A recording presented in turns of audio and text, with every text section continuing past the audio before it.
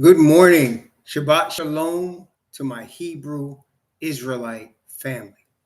Glory and honor and praise to the Father of the Hebrew Israelites, Yahweh, and the only begotten Son of the Father, our High Priest, Yahushua. Glory and honor to Father Yahweh and Him alone as the only true God, and to His only begotten Son, our only High Priest, an atonement for sin, Messiah Yahushua. Greetings to the 12 tribes of the children of the bloodline of Abraham, Isaac, and Jacob. Greetings also to those not of the bloodline, but are grafted in as brethren through the faith of Messiah. Greetings to the chat, Brother David Harriet, Yakoba Ban Yasharal, Sister Jillian, Tito Ban Wiothesia. Welcome back, my brother. Yafi, Isha Shama, my sister, and Brother Frankie J. House, Brother Superstar, Brother Castle King Rub, there you are, you're back. Brother Gary Joseph, Brother Baldy Thorpe, Sister Love Blue, Stephen Kelly, Donnell 140th Street. Good morning, Shabbat Shalom to all of you. I see you're back, Ruel. Yes, what happened, I don't, and this is for everybody, I'm going to use Ruel as an example. I was looking through, which I should do more often. I was looking through the band list on my channel. Once I put somebody on hide from the channel, they go on into this box, and they remain there, for a while until I take them out.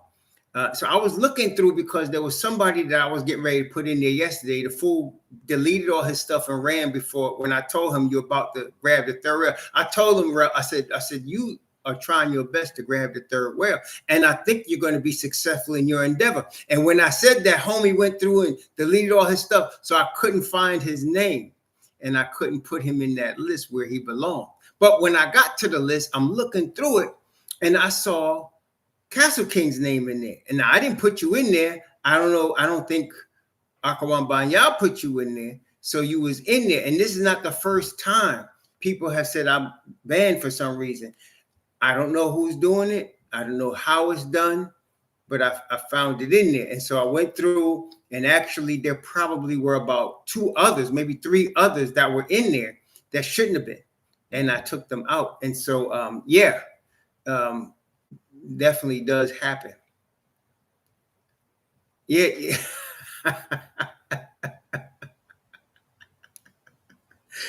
No, it's because you can't carry the one. That's what it was, Ruel.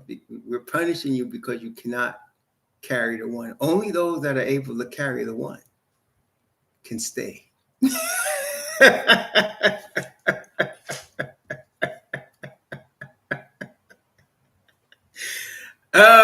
Anyway, I saw his name in it, and I said, what is he doing here? So I got him out, and then I took a couple of others out. And and that's when I contacted you and said, man, try it now, because I think you should be all right. So I don't know what happened. I don't know how they get it. Your name got in there, but somebody got it in there, and I found it and took it out. Next time, I'm going to have to look at that, and then when people tell me I don't see, I can't comment, I got to find out what's happening, man. A couple of times it's happened. So praise the Most High. I found Ruel in there. We got him back on where he belongs here. So today, as we're exactly as we are finishing, these be the words. In the beginning, Yah named the children of Israel. Yah, Father, Yah called Moses. Father Yah spoke to Moses. And now we're finishing. These be the words. Today, this section right here, we're going to be finishing the last chapter of Deuteronomy. It's been, as always, Deuteronomy never fails to be, number one, a study that blesses us that study it. Also, an encouragement. And of course, a knowledge and reinforces the knowledge of who we are.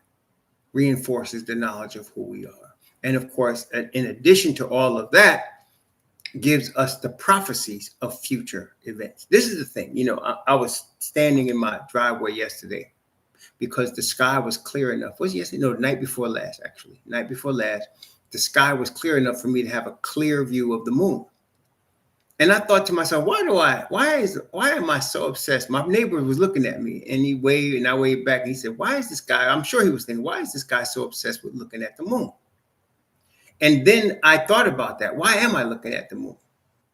And I realized that the moon is given, the phases of the moon are given to the Israelites as a sign. A sign of what?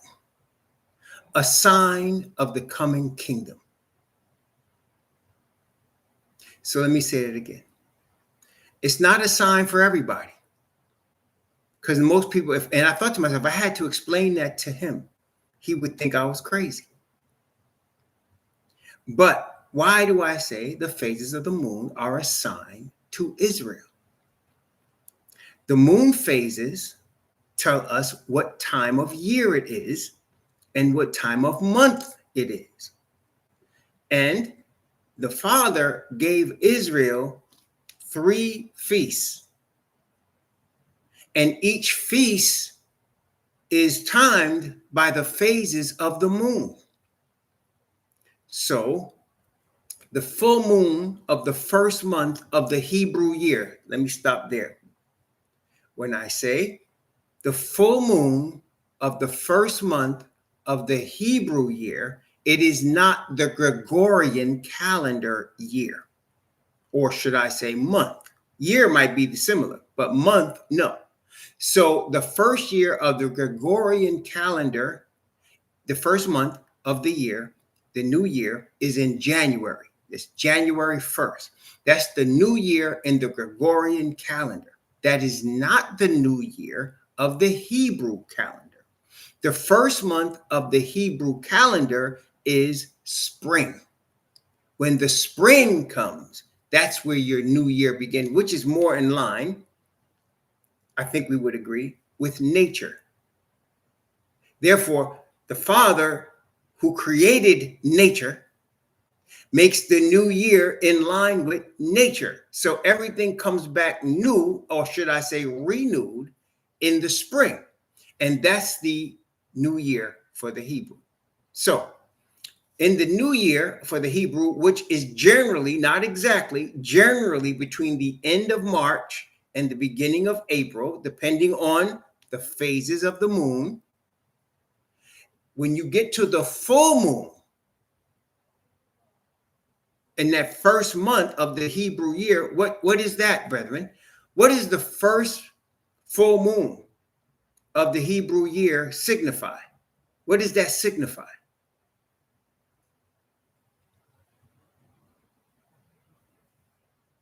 David Harriet already answered the question, but yeah, that's right. Well, yes, it is the 15th day, but what does that signify? What sign is that for us? What sign is that? What sign is the first full moon of the Hebrew year? What's the sign that the moon is showing us? Right, it's showing us Passover. The 14th day of the first month and the 15th day is the Passover, and the Feast of Unleavened Bread begins. So for us, the sign of the moon is showing us the Passover and the Feast of Unleavened Bread. Did I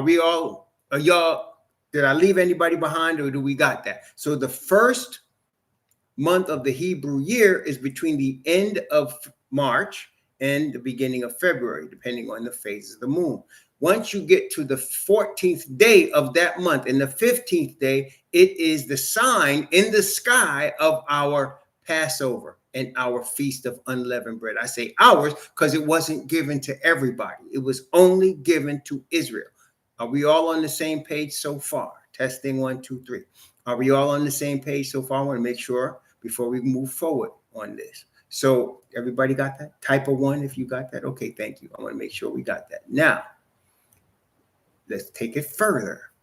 Not only is the 15th day and the 14th day of the first month a sign of our Passover, but our Passover is a sign of what? What is the Passover a sign of? Only for Israel. It's not for everybody. So it's a sign for Israel. What is the sign that the Passover signifies in the first month, in the 14th and 15th days of the month. What is that sign that it signifies for us? That's right. It signifies the atonement for sin of the Messiah. Thank you, Jacob. So it is a prophetic sign of the coming of the Messiah, who we know from this perspective where we're at now already came, was put to death for the atonement of sin for us, and was resurrected. Okay? So that is the prophetic sign. He was put to death on the 14th day of the month. And the 15th day, Feast of Unleavened Bread began. And then there was the wave offering in the same week, which is the sign of the first fruits, which is the sign, the prophetic sign of the resurrection of some of the prophets of Israel. And that was who he took with him when he resurrected and went back to the Father, which the Bible also shows us 24 elders that came from the earth. So that's all around the beginning of the year for the Hebrew. Then there's a second sign that comes 50 days after the wave offering. It's very specific. It's 50 days after the wave offering. The moon phases again go through their phases, and you end up a little less than 2 months later, and you run into another sign. What's that, brethren? You run into something else for Israel, right? It is Pentecost, otherwise known as the Feast of Weeks. And that feast, what happened there? What was the prophetic sign that was manifest at Pentecost? What was the prophetic sign that was manifest at Pentecost? And only Israel will understand it. What is that, brethren? What happened at Pentecost that was prophetic? That's right. It was the early rain. Remember what it said in Joel. I will send you the rain, the early rain and the latter rain in the first, that is in the beginning. So at Pentecost, in the year that the Messiah was crucified and raised, the prophetic sign was the latter rain. The early rain that came upon the apostles and the disciples on the day of Pentecost, that began the work in the first century of the spreading of the Messiah's kingdom, the message of the Messiah's kingdom. So that was the sign. Then between that second feast, Pentecost, and the last feast, Tabernacles, there was an event that took place. There was an event that wasn't a feast, yet it is a major event for Israel. Again, all of these are for Israel, not for the rest of the earth. Passover is not for the rest of the earth. Pentecost is not for the rest of the earth. Tabernacles is not for the rest of the earth. These are signs of Israel. So now, the seventh moon of the Hebrew year, the first day of the seventh moon, something happens, another sign. The first day of the seventh moon, which we're about to see in a couple of weeks. The first day of the seventh moon is what? The blowing of trumpets. Okay, the blowing of trumpets. Anytime in Israel trumpets are being blown, what does that mean? When trumpets are being blown and the Israelites hear the trumpet, what are they thinking? What's going on when the trumpet is being blown? What do you think? What happens when the trumpet? That's right. Trumpets mean warning. Something is about to happen. Okay, that's the trumpet. Generally, if enemies coming to the gate, trumpets are blown. That's telling the people enemies are coming. So a warning message is given, a trumpet, an announcement of a warning. And the warning is something that's coming. What's coming after the new moon of the seventh month? 10 days later, something comes. Something important comes. What happens 10 days later? I believe David Harry had already said it, but he was ahead of me, but that's okay. It's preparation for the atonement, the Day of Atonement. What happens on the Day of Atonement? Sin is taken off Israel as a nation. Let me stop there. Sin is not taken off Babylon. Sin is not taken off China. Sin is not taken off the United States. Sin is taken off of Israel on the Day of Atonement. On the Day of Atonement, Israel's sin is atoned for by blood and replaced with what? Your sin is taken off you. What happens after that? What happens when your sin is taken off?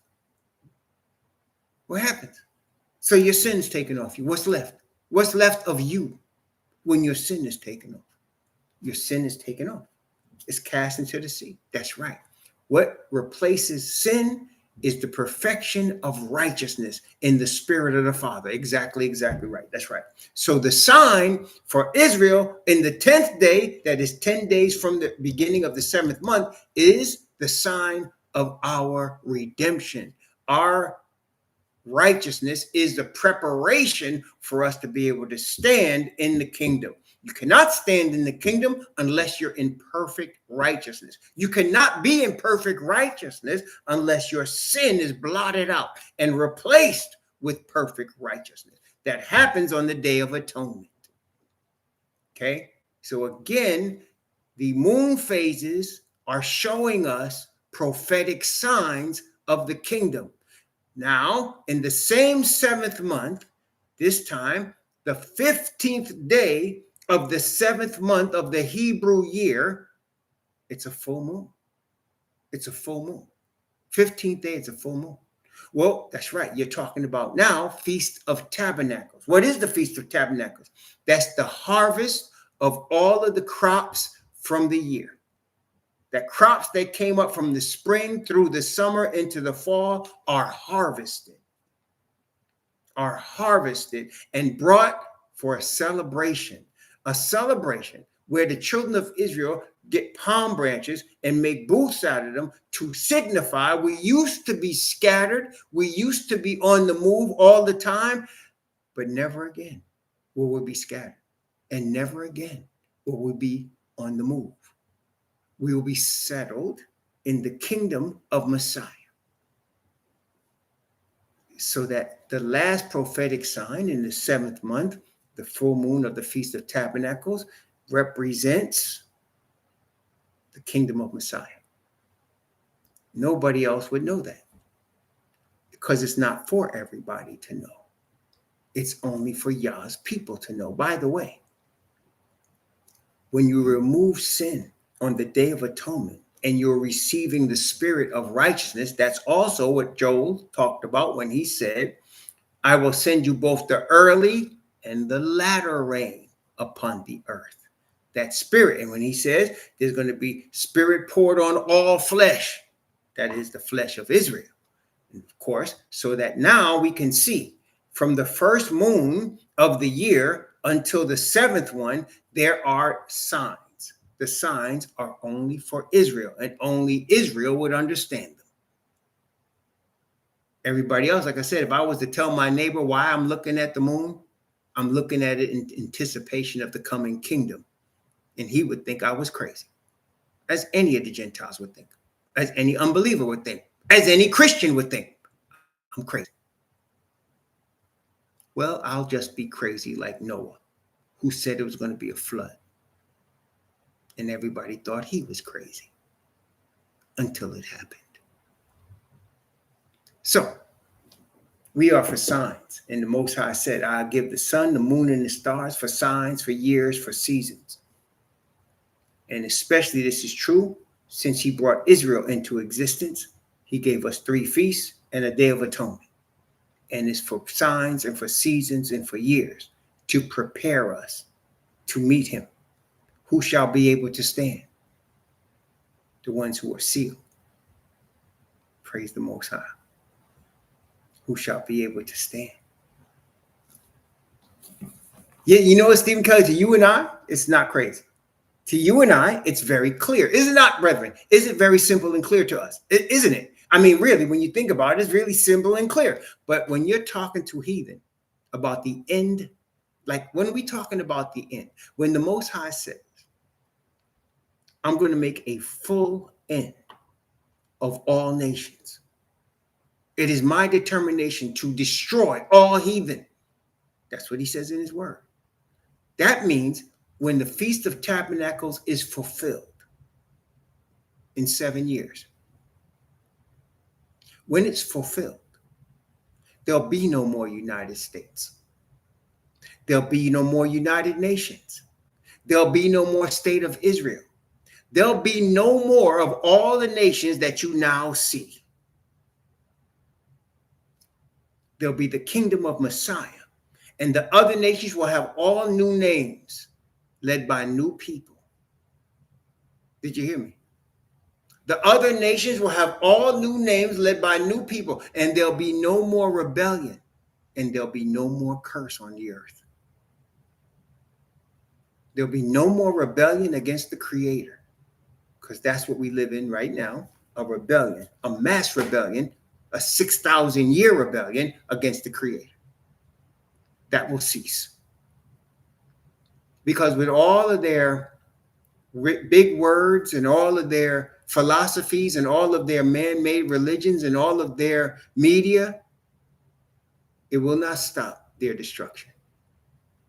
This earth belongs to the Father. It was never anyone else's. It's always been his. But the enemy has deceived the earth into thinking it's theirs. And the Father's going to show them for real it's not. It's his earth, and he gives it to his Son, who's ruler over his people. Again, we say, as ambassadors for the Messiah, we beseech you in Messiah's stead, be ye reconciled to Yahweh.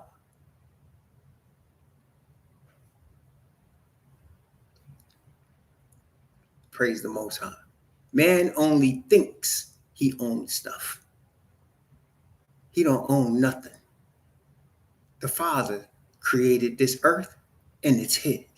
And he gives it to whoever he wants to. And he has shown us in his word, he's about to give it to Messiah. And we are going to be with Messiah in that kingdom. Praise the Most High. Praise the Most High. So today we're talking about Moses, and we're going to see Moses' farewell. It's a temporary farewell because, as we know from the word, Moses is resurrected. We must also understand Michael. So we're going to talk about Michael, but let's look at Moses first. Usually we go all around the Bible and come back to Deuteronomy. Today I'm going to start at Deuteronomy and go all around the Bible. So I want to start where Moses is put to sleep. Now, why was Moses put to sleep? Why was he put to sleep? Notice what the Bible says, and let's go to Numbers. Numbers.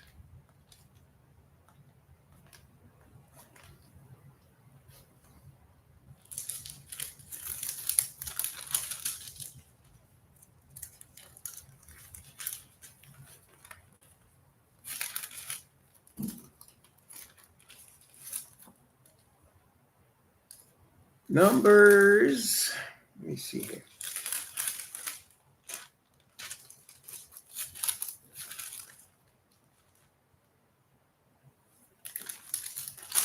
I don't want to waste too much time looking for it. Hang on. Let me find it fast.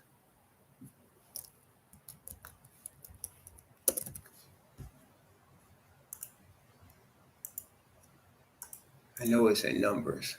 Numbers, chapter 11. Okay. Yes, Numbers chapter 20, actually. And Numbers chapter 20. So let me look at Numbers chapter 20. I don't want to waste too much time trying to search for it while y'all waiting. Let's go to Numbers chapter 20. And I'm going to begin at verse 1. This is an example. Moses, as a Levite, is an example of for all teachers that claim to be teachers of Father's word. Moses is the example of all teachers who claim to be teachers of the Father's word. What I love about the word is that it gives you a very clear outline, so that if you follow the outline, you will be able not only to discern how you yourself should walk in this earth, but how all others should be walking in this earth. So let's take a look in Numbers chapter 20. Exactly. Numbers chapter 20. I'm going to begin at verse 1. And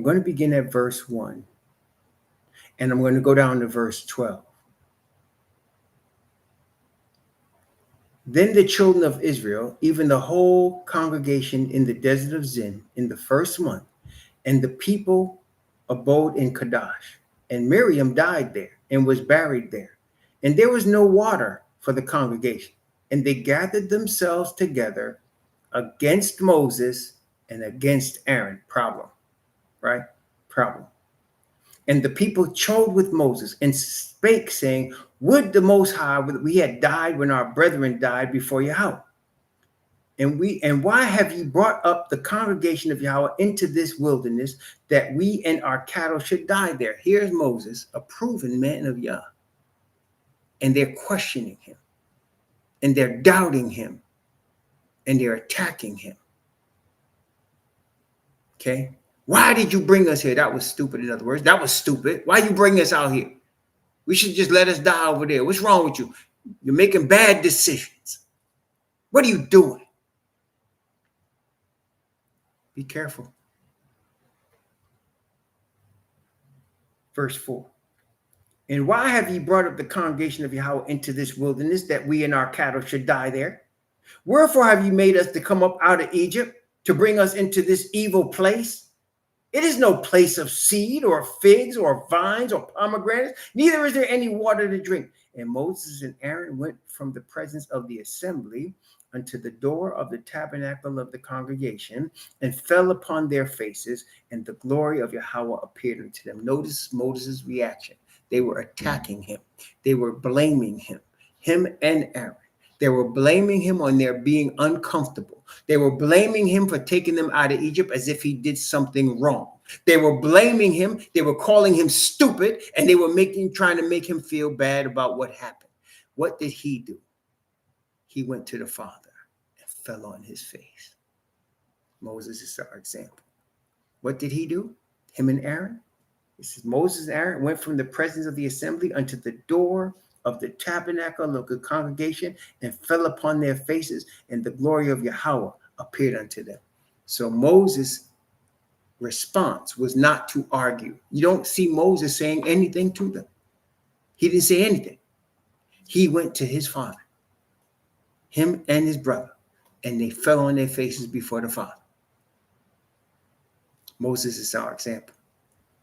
Then, verse 7. And Moses and Yahweh spake unto Moses, saying, take the rod and gather thou the assembly together, thou and Aaron thy brother, and speak unto the rock before their eyes, and it shall give forth his water, and thou shalt bring forth to them water out of the rock, so thou shalt give the congregation and their beasts drink. So the instructions were, Moses did the right thing. He went back to the Father. The Father did what you would expect. He instructs Moses how to handle the situation. Moses did not argue with the people. Moses went to the Father, and the Father said to him, speak to the rock and give water to the people. Okay. And Moses took the rod from before Yahweh as he commanded him. And Moses and Aaron gathered the congregation together before the rock. And he said unto them, hear now, ye rebels, must we fetch you water out of this rock? Problem. Now, you know us. Let me say it again. You know us. You know us. They was getting on Moses's last nerve. They would all jumped off the platform. They was all hugging the third rail, All of them was hugging the third rail. And they was getting on my brother's last nerve. And you know us. We could do that. They was getting on his last nerve. Jumping on that third rail and dancing on it. Asking for it. And so Moses reacted. And he said, must we fetch you water out of this rock? And Moses lifted up his hand, and with his rod he smote the rock twice. And the water came out abundantly, and the congregation drank, and their beasts also. And Yahweh said unto Moses and Aaron, because ye believed me not to sanctify me in the eyes of the children of Israel, therefore ye shall not bring this congregation into the land which I have given them. What did he say? Father, that because ye believed me not. This is extremely important. Why was Abraham given righteousness? Y'all remember? Why was Abraham given righteousness? And I say he was given righteousness. It was accounted to him for righteousness. Why? Why? What did he do that caused him to be given righteousness? What did he do? What did Abraham do that caused him to be given righteousness? He believed. He believed in Yahweh when nobody else, there was nobody else that was going to believe what the Father told Abraham. I'm going to give you a land. I'm going to make you a nation. You're 75 years old. Your wife is 65. I'm going to make you a land, and I'm going to make you a nation, and I'm going to give you a seed that you're going to have with her. I'm going to give you this whole land. Abraham believed, and it was counted to him for righteousness. The first thing, brethren, the first thing, we believe the word of the Father. That's the first thing. Moses knew that. I'm not trying to chastise a brother that's way above me. No, but the example is, at that moment, under the duress, under the stress, not what it was, stress. Under the stress, he was called to believe under the stress. And them Negroes, oh, they trusted it. They plucked him. They plucked his last nerve. And he spoke unadvisedly, the Bible says, with his lips. And he did not sanctify under the duress the Father. And this is our example. You know us. We could pluck a last nerve now. We got PhD in plucking last nerves. We got PhD. We're the highest level of nerve pluckers. And poor brother, he had to deal with it for 40 years. And so he finally snapped.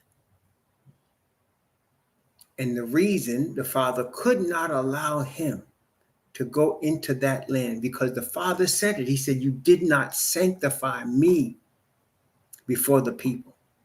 Every teacher of Israel, his first job is to sanctify the Father before the people. That's the first job. Not some so-called apostles from your camp. Not some church organization.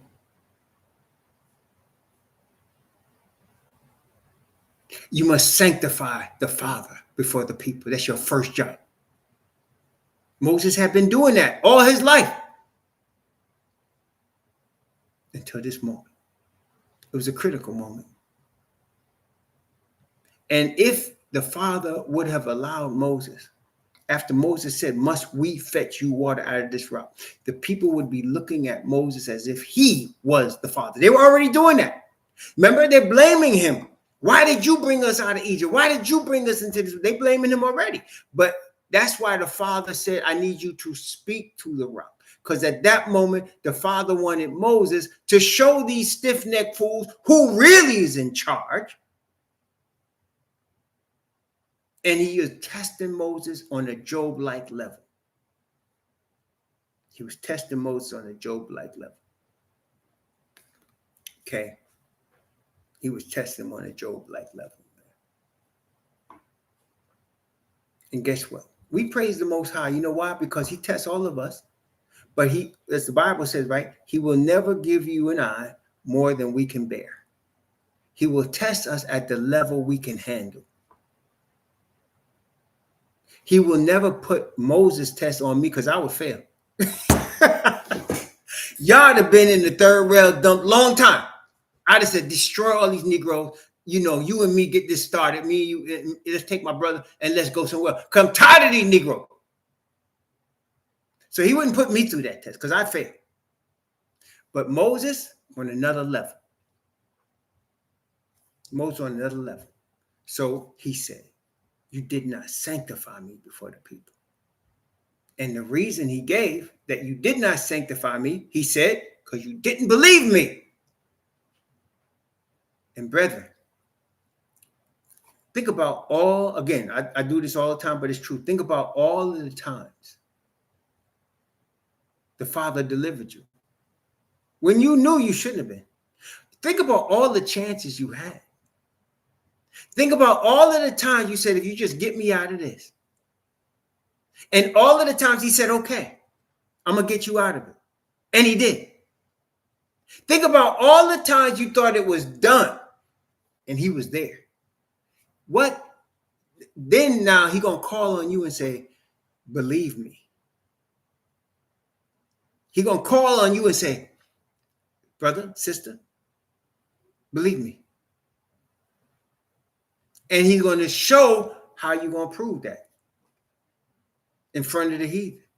How you going to prove that? I believe him. This is what his word said. That's why isn't that what happened right here? He told Moses, that's his word. He tells Moses, this is what you're going to do. This is my word to you. This is what you're going to do. So Moses has to believe the Father's word. The word that was given to him and Aaron wasn't given to the congregation. He did not tell the congregation, this is what Moses is going to do. He said, Moses, this is what you're going to do. So the word is between you and him. That's why we're always saying, read the Bible. This is the Father's word. Read the Bible. Start at Genesis. Read through to the book of Revelation. Pray to the Father that he guide you in his word. Don't think you're going to be able to guide yourself in the word. Then you'll be making the same mistake as Moses. He said, believe me. Believe my word. So if Moses had spoken unto the rock, he would have sanctified the Father before the people. And the people would understand, ooh, we speaking against the Father. See, they had gotten that spanking before. But you know us, we need to get spanked more than once. We don't learn the first time he gets that switch. It takes us several times before we start to pick up something. I know myself. Several times. Still get sores that ain't healed yet, and I still got asking for more.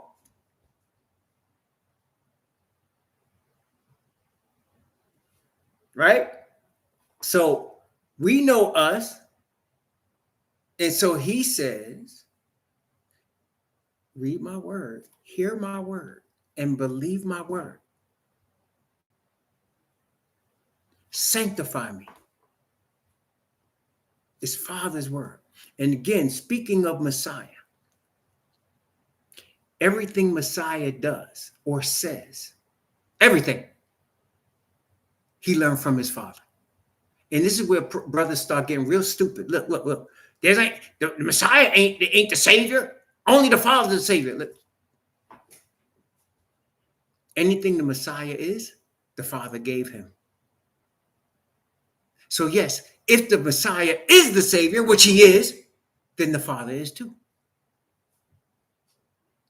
The Father appointed Messiah. We ain't got no right to be doubting the Messiah. What's wrong with some of the people? I don't know. But it's the Father's will and his word that's above all. because there's none higher than the Most High.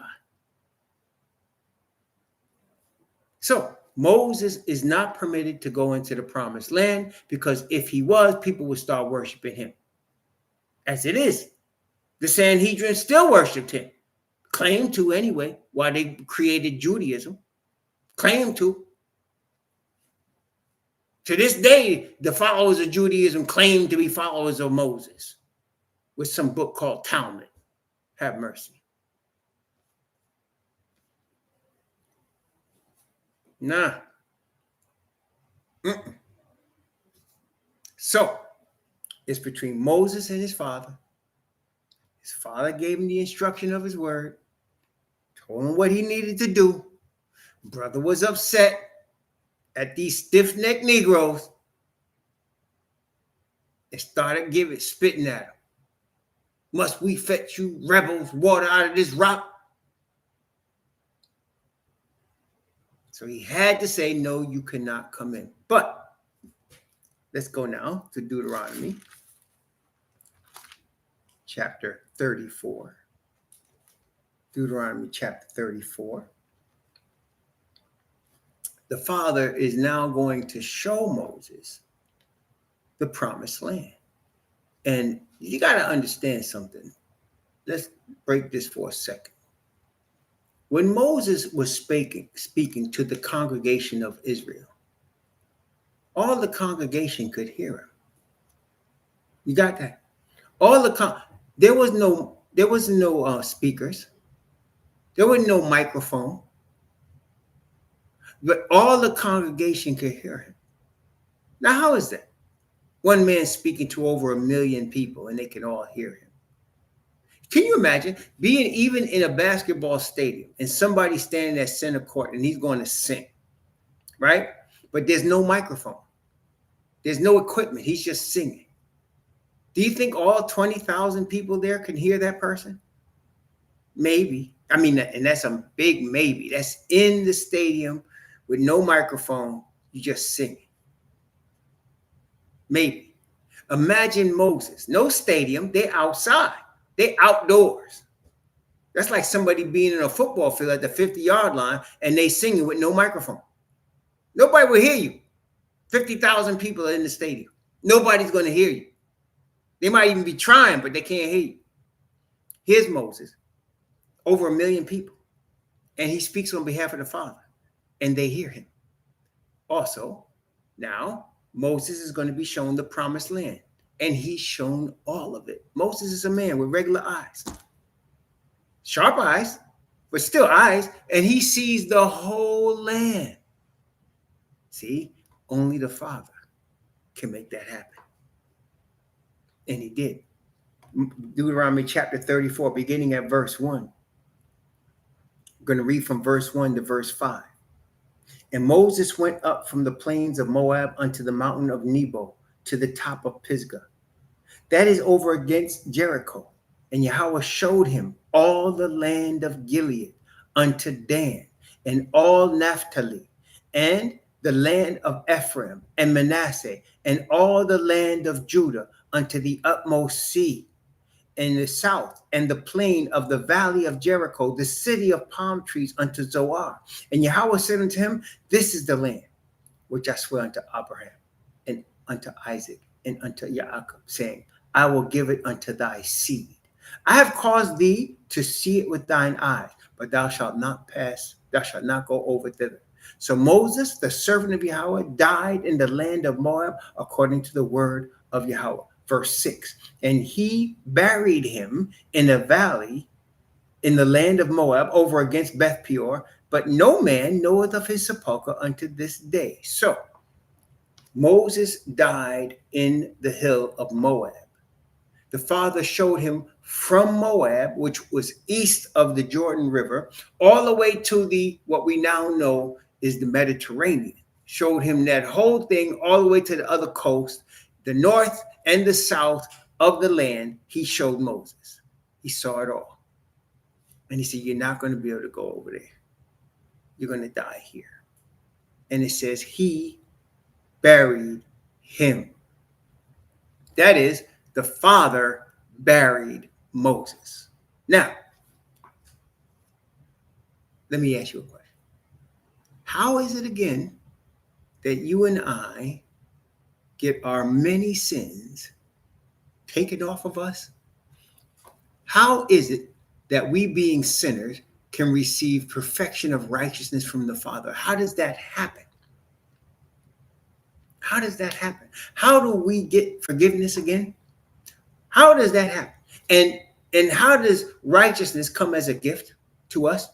That's right. Through Messiah, righteousness comes as a gift to us. Through Messiah, our sins are forgiven. Through Messiah, we receive righteousness from the Father. So, do you think Moses received that righteousness? I mean, after all, isn't it necessary to have righteousness to be resurrected from the dead? Isn't it necessary? You cannot be resurrected without righteousness. Why would he resurrect a whole bunch of people that's going to be dead? Well, that's the second resurrection. In the first one, you need to have perfection of righteousness to go through them gates.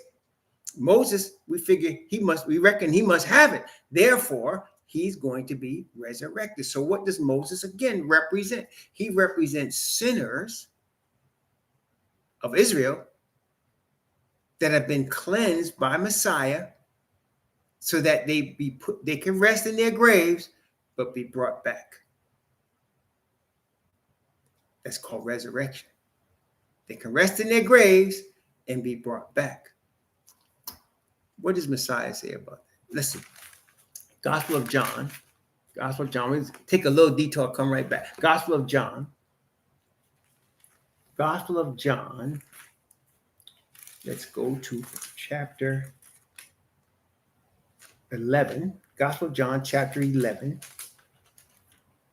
So this is the thing. You know, I went to Baruch College in New York City, now Baruch University. Back then it was just Baruch College.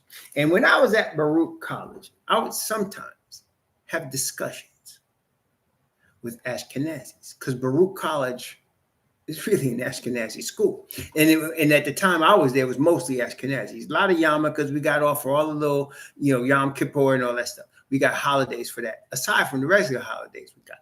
So we would have discussions. And one of my questions would be, they would say to me, well, we believe Jesus came. We just don't believe he's Messiah.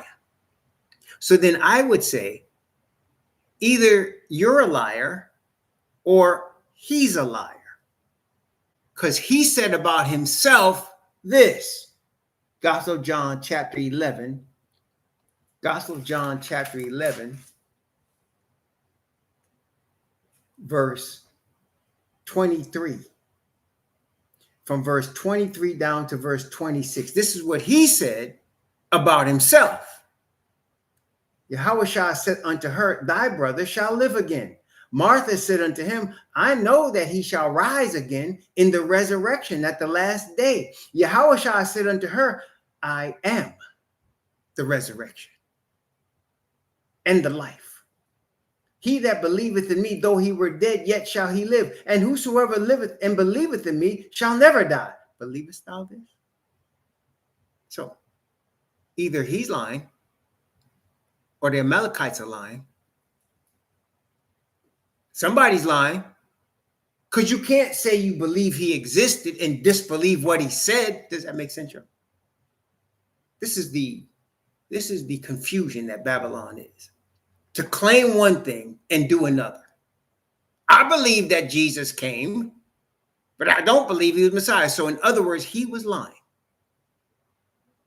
You believe he existed, but he's not the resurrection life. Muslims do the same thing. We believe Jesus was a prophet. No, he didn't say he was a prophet. He said, I am the resurrection. You can't mess around with that. Either you in or you not. Don't claim you think he's a prophet, but then try to call him a liar. That's what people do all the time. I see it on the Nick's channel. I'm not really criticizing, but he should have did this. I'm not really hating, but they need to trade him. That's talking out of both sides of your mouth. I'm not really talking against him, but he's not no resurrection in the life. Really. So Messiah says he's the resurrection. Messiah says he's the resurrection. Okay? Wait a minute. Let's get some more. Let's get some more. This is, and we could go a whole lot of more with some of these statements because these are bold statements. This is the Gospel of John, same Gospel of John, chapter 14. Same Gospel of John, chapter 14, verse 6. What is he saying here? What is he saying here? Yahushua said unto him, Gospel of John, chapter 14, verse 6, I am the way, the truth, and the life. No man cometh unto the Father but by me. You see, this is why the early believers of Messiah did not say they were Christians. They said they were followers of the way. And where did they get that from? Right here. He said, I am the way, the truth, and the life. How did he become that? How did that happen? How did he become the way, the truth, and the life? How did he do that? What did he do? What did he, how did, what? Let's see. Let's look at the same Gospel of John. Oh, yes. Gospel of John.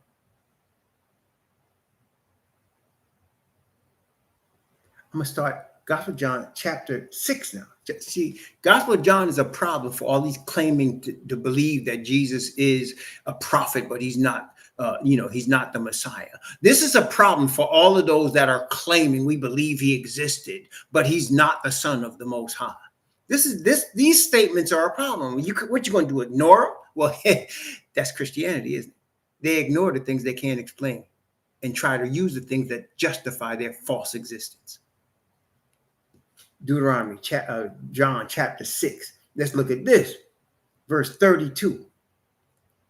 Actually, let me start at verse 29. I'm going to start at verse 29, and I'm going to read from verse 29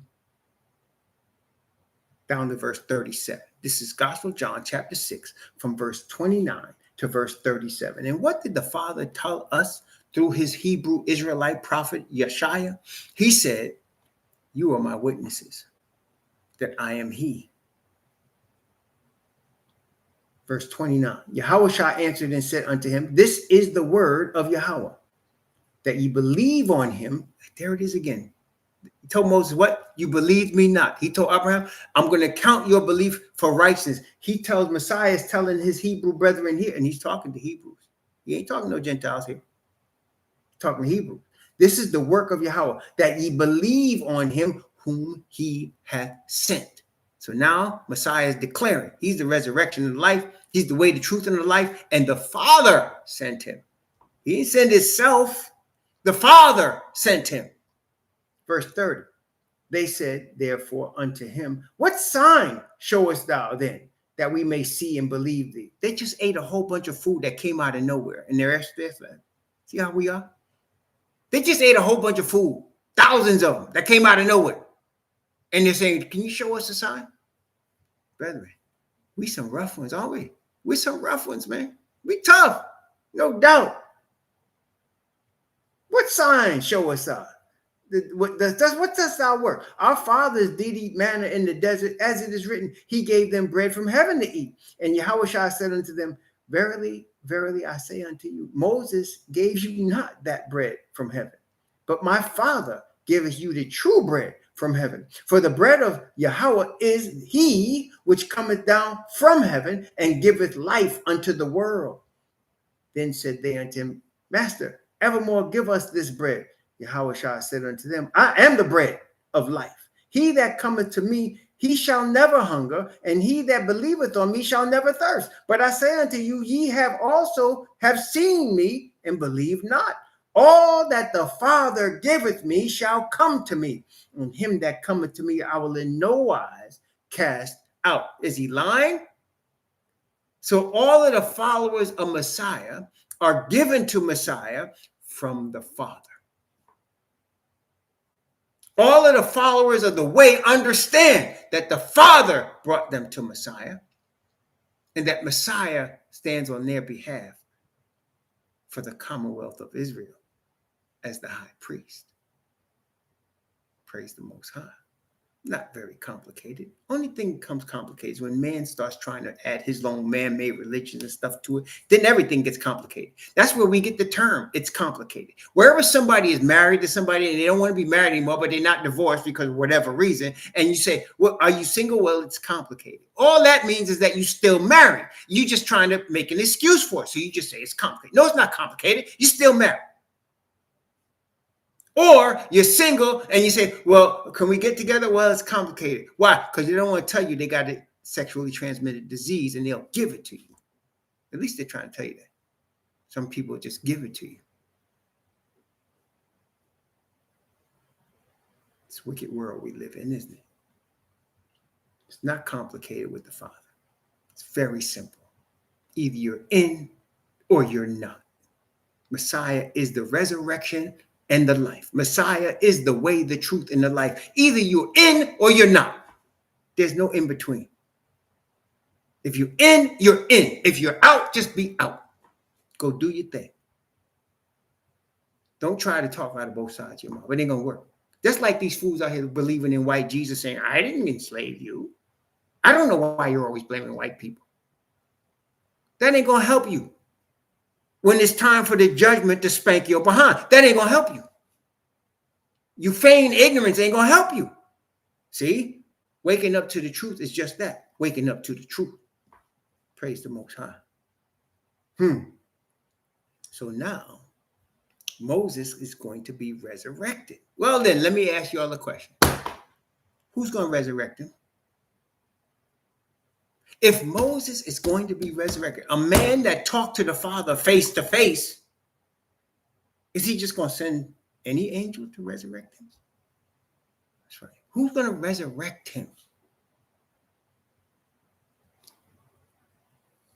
Messiah is going to resurrect him. Why? Because Messiah is the resurrection. Let's go back to Deuteronomy chapter 34. Messiah is the resurrection. Who is the high priest of Israel? Is it not Messiah? So therefore, can we say that Messiah stands for the children of Israel? Can we say that? Does Messiah stand for the children of Israel? Does he? Is Messiah called a prince? Is he? See, people take the name Mikael, and it says in Daniel, which we're going to read, one of the chief angels. And it says, see, he's one of many. Read that translation. He is the chief angel. Mikael is not just one of many. You know, the scripture will let you believe that if you're looking at it on a cursory level, like Christians do.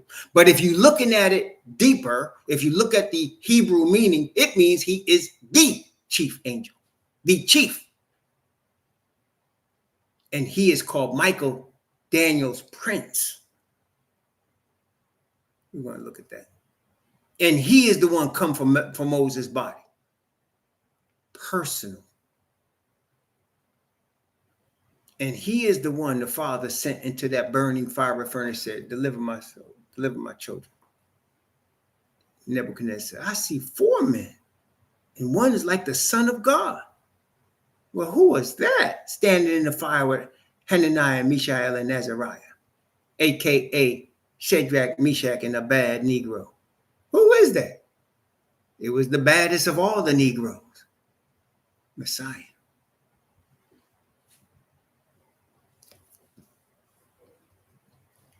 Deuteronomy chapter 34. I love this stuff, as you can probably see, so you have to excuse me, but this is some, man. Deuteronomy chapter 34, beginning at verse 7. And Moses was 120 years old when he died. His eye was not dim, nor his natural force abated. And the children of Israel wept for Moses in the plains of Moab 30 days. So the days of weeping and mourning for Moses were ended. And Yahushua, the son of Nun, was full of the spirit of wisdom, for Moses had laid his hands upon him. This is where we get the doctrine of the laying on of hands. Why was Joshua filled with the Spirit? Because Moses was filled with the Spirit, and Moses laid his hands on Joshua. Why did Moses lay his hands on Joshua? Because the Father said, anoint Joshua. He's going to lead my people into the promised land. Anoint him and give him a charge. So Moses laid his hands on the brother and anointed his head with oil. Praise the Most High.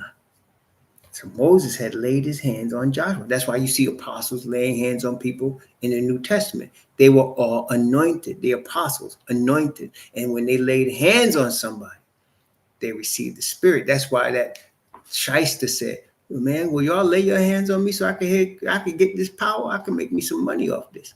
How much you want?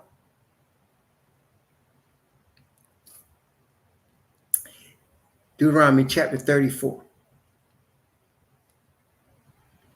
Moses laid his hands upon him, and the children of Israel hearkened unto him and did as Yahweh commanded Moses. And there arose not a prophet since in Yashar'al like unto Moses, whom Yahweh knew face to face. In all the signs and wonders which Yahweh sent him to do in the land of Egypt, and unto Pharaoh and all his servants and to all his land, and in all that mighty hand, and in all the great terror which Moses showed in the sight of all Israel. So Moses was pointed by the Father. Moses talked to the Father face to face, and the Father was going to resurrect Moses. So let's take a look again. Let's take a look. Jude,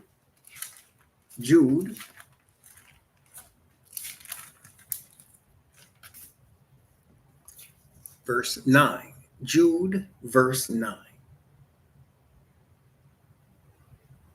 Yet Michael, the archangel, when contending with the devil, he disputed about the body of Moses, durst not bring against him a railing accusation, but said, Yahweh rebuke thee. I love that because, again, he's not arguing with the devil. This is an example, again, for us, right? You don't need to argue with the devil. You need to trust the word of the Father and rebuke the devil. You don't need to argue with him. That means you don't need to point out all the things he's done. There's record of that. You just need to say, Yahweh rebuke you. Step aside. Trust the Father's word. Didn't contend, didn't bring a railing accusation, didn't say, oh, you start all this trouble in heaven, you still starting the trouble now.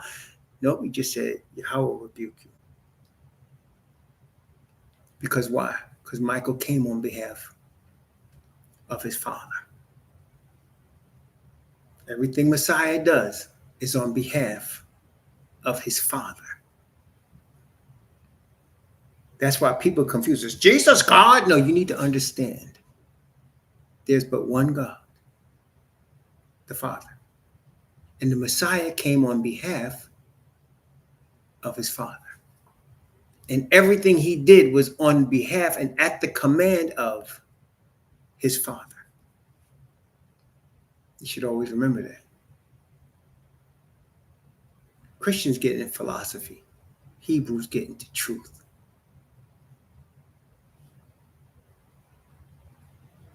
Christians get into philosophy, religious philosophy.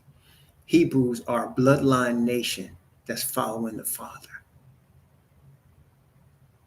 A bloodline nation following the Father don't need man-made religion or philosophy. That's right, straight with no chaser. If you in, you in. If you out, you out. See, this is the thing.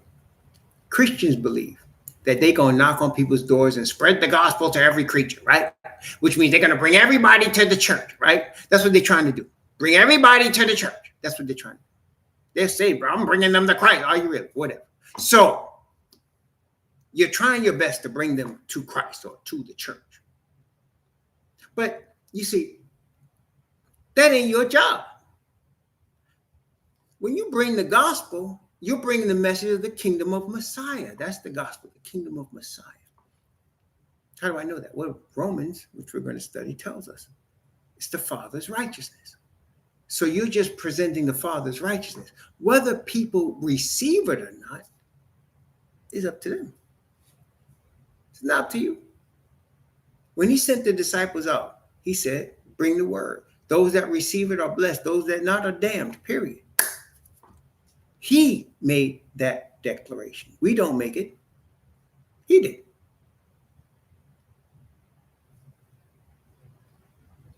Yeah, do you, boo.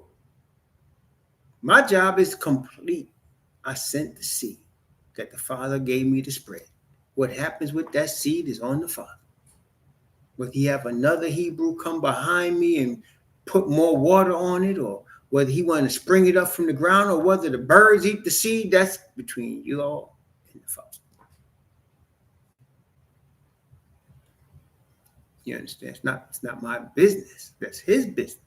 My business is to do what he told me to do, spread the seed. There you go. He blesses it or not. So Mikael came to get Moses' body. Why? Because he wanted to look at it? Because he wanted to examine it? What was he doing, an autopsy? What was Mikael there to get Moses' body for? Was he trying to perform an autopsy? What did he die of? What was the cause of death? Nope. He was there to raise Moses up. Because obviously Moses got raised. Let's take a look. Luke chapter 9. Luke chapter 9.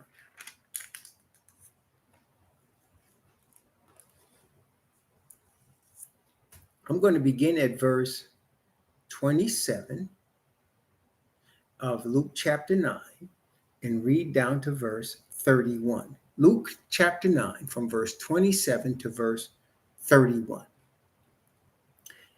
But I tell you of a truth, there be some standing here which shall not taste of death till they see the kingdom of Yahweh.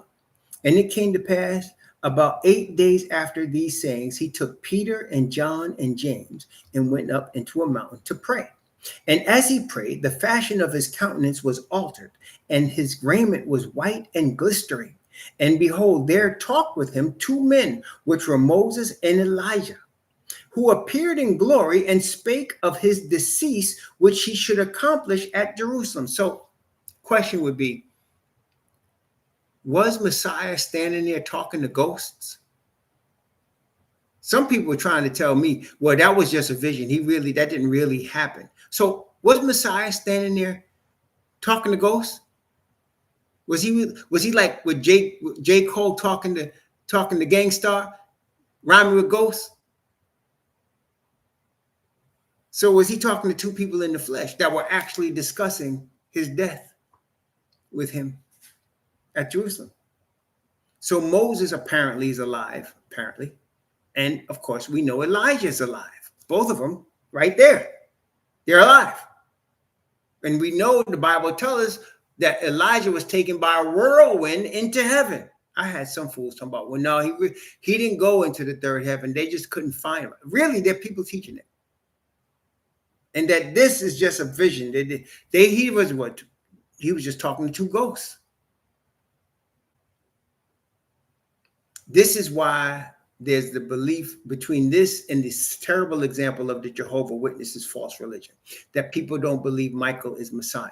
It's because of stuff like that. And they start ramifications from that and branching off into stuff like, this wasn't really real. This was just a parable. Was it really? Where they say he was talking to Moses and Elijah. And Peter and them saw him. And Peter later said, we were eyewitnesses. In his writing, he said, we were eyewitnesses.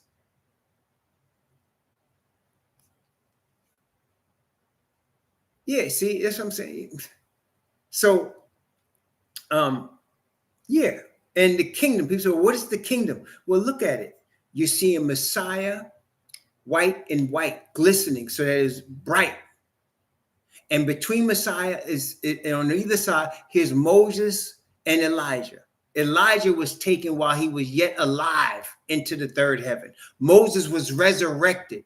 That represents everybody that's going to be saved, does it not? Because either you're going to be alive when Messiah appears and you'll see him, or you're coming out the ground or out the ocean or wherever you was dead at, and he's calling your dust particles back into existence and you're being resurrected. So either you are like Moses and you're resurrected, or you're like the Elijah and you're taken up by a whirlwind. Either way, guess what that is?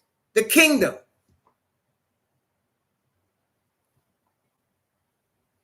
Everybody in the kingdom is one of those two people.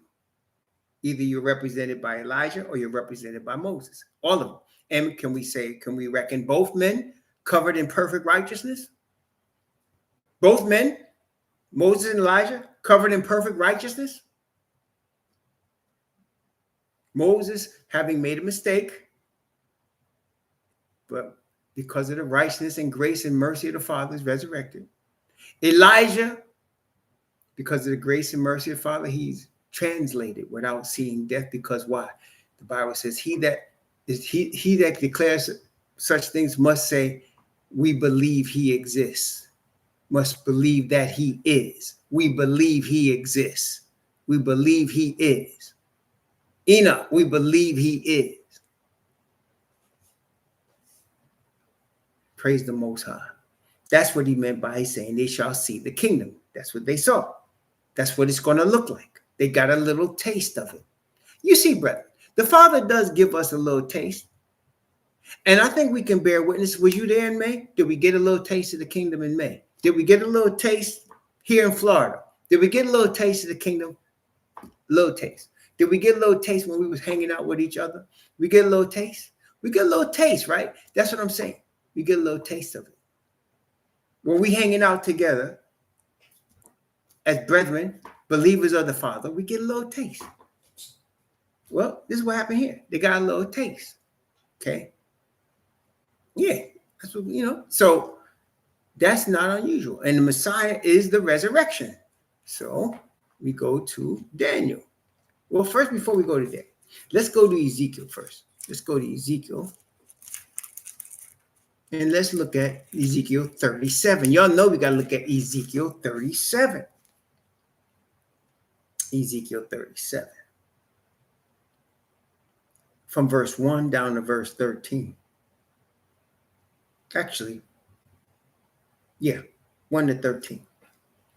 This is also a prophecy of resurrection. How did Miriam know about resurrection aside from talking to the Messiah herself? She said, I know my brother shall live in the resurrection at the last day. Well, she must have been reading Ezekiel. Let's take a look. Ezekiel chapter 37.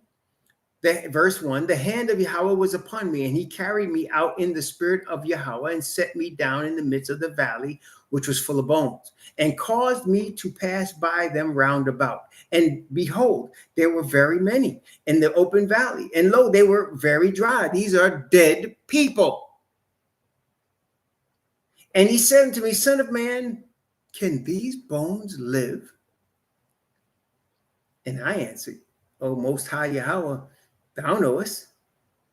Again he said unto me, prophesy upon these bones, and say unto them, O ye dry bones, hear the word of Yahweh. Thus saith the Most High Yahweh unto these bones, behold, I will cause breath to enter into you, and ye shall live. And I will lay sinews upon you, and will bring up flesh upon you, and cover you with skin, and put breath in you, and ye shall live. And ye shall know that I am Yahweh. So I prophesied as I was commanded. And as I prophesied, there was a noise. And behold, a shaking. And the bones came together, bone to his bone. And when I beheld, lo, the sinews and the flesh came up upon them, and the skin covered them above. But there was no breath in them. Then said he unto me, prophesy to the wind. Prophesy, son of man, and say to the wind, thus saith the Most High Yahweh, come from your four winds, O breath, and breathe upon these slain, that they may live. So I prophesied as he commanded me, and the breath came into them, and they lived, and stood up upon their feet, an exceeding great army. Then he said unto me, Son of man, these bones are the whole house of Yasharal. Behold, they say our bones are dried, and our hope is lost. We are cut off from our parts. Therefore prophecy, and say unto them, thus saith the Most High Yahweh, behold, O my people, I will open your graves, and cause you to come up out of your graves, and bring you into the land of Israel. And ye shall know that I am Yahweh, when I have opened your graves, O my people, and brought you up out of your grave. Let's take another example of that. Let's take that, another witness, just to get us a little bit clarity on this thing. Let's go there. And this back to John again. Back to John. Chapter 5. Gospel of John chapter 5. Let's compare it to what we just read in Ezekiel. Gospel of John chapter 5. What does the Messiah say about all this? I'm going to start at verse 22 and read down to verse 29. Actually, down to verse 30. 22 to 30. Gospel of John chapter 5, 22 to 30, comparing it to Ezekiel 37. For the Father judgeth no man, but hath committed all judgment unto the Son, that all men should honor the Son, even as they honor the Father. He that honoreth not the Son honoreth not the Father which hath sent him. Verily I say unto you, he that heareth my word and believeth on him that sent me hath everlasting life, and shall not come into condemnation, but is passed from death unto life. Verily, verily I say unto you, the hour is coming, and now is, when the dead shall hear the voice of the Son of YHWH, and they that hear shall live. For as the Father hath life in himself, so hath he given to the Son to have life in himself, and hath given him authority to execute judgment also, because he is the Son of Man. Marvel not at this, for the hour is coming in which all that are in the grave, didn't Father just say it in Ezekiel? All that are in the grave shall hear his voice. Remember, Messiah is talking to Israel. He is not having this discussion with Gentiles. He's talking to Israel right now, just like Father told Ezekiel. This is the whole house of Israel. Marvel not at this, for the hour is coming in which all that are in the grave shall hear his voice, and shall come forth. They that have done good, unto the resurrection of life, and they that have done evil, unto the resurrection of damnation. I can of my own self do nothing. As I hear, I judge, and my judgment is just, because I seek not my own will, but the will of the Father that has sent me. If I bear record, well, let me stop there. So everything he does is of the Father who sent him, including the resurrection of Moses. Praise the Most High. One more. Daniel chapter 12. Daniel chapter 12. Verse 1. And at that time shall Michael stand up, the great prince which standeth for the children of thy people. And there shall be a time of trouble such as never was since there was a nation, even to that same time. And at that time thy people shall be delivered, every one that shall be found written in the book, talking about a resurrection, talking about a time of trouble, a deliverance when Michael stands up. Michael is Messiah. There's only one God, and there's one mediator between the Most High and man, the man Mashiach, Yahushua. Praise the Most High. He is the resurrection. He is the life. And he resurrected Moses. Moses was not permitted to go in with the people because the people would have revered him as a god, made a shrine to him.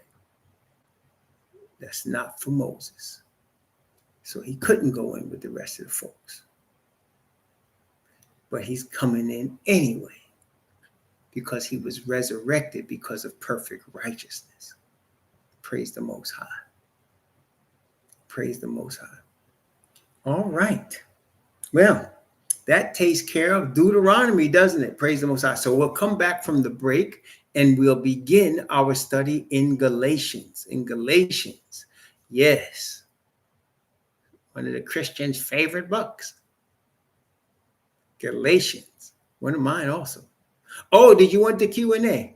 Y'all want the Q&A after with respect to Deuteronomy before we start Galatians? Ruel is suggesting we have a Q&A. I want to know what the rest of y'all think. What do y'all think? Do we want Lonnie? Says yes, the Q&A is appropriate. What up? Stephen Kelly says okay. Gary Joseph, EE, Sister Daniels, okay. I think you will do that then. It sounds like Q&A time after our break. So we'll do Q&A after the break, and we'll begin Galatians next Friday. Okay. I am going to take your suggestion. You're right, Ruel. We do. I didn't think of that, but you're absolutely correct in that we do usually do a Q&A at the end of a study. We do. Absolutely. You're right. So we will come back by the grace of the Heavenly Father, and we will do a Q&A from Deuteronomy, what we just studied. Deuteronomy. Right? May the Most High bless you and keep you. May he cause his face to shine upon you and be gracious unto you. And may he lift up his countenance upon you and give you peace. Shabbat shalom, family.